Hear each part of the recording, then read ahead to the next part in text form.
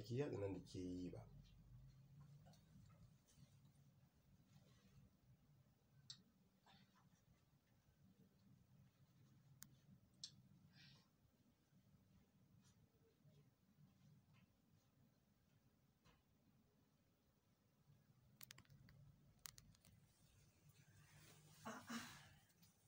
Da zuwa ki haƙuri na wani ina can ina ɗan ƙarasa girki ne yanzu kin ga na gama sai yanzu mu sha hira. Ke kenan kullum aka zo gidanki cikin aiki ke ce wanke ke ce shara ke ce girki, ina tunanin wanke ma ke kike mashi ko? Ban da abinki Asabe in ban yi ba wa zai yi? Kin manta zama aure nake yi?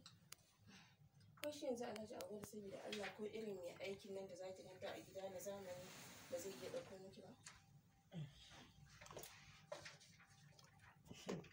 Asabe kenan dan aiki ai ra'ayi ce. Ba wani maganar ra'ayi kawai dai son kuɗi ne irin namijinki. To sauko mu ci abinci.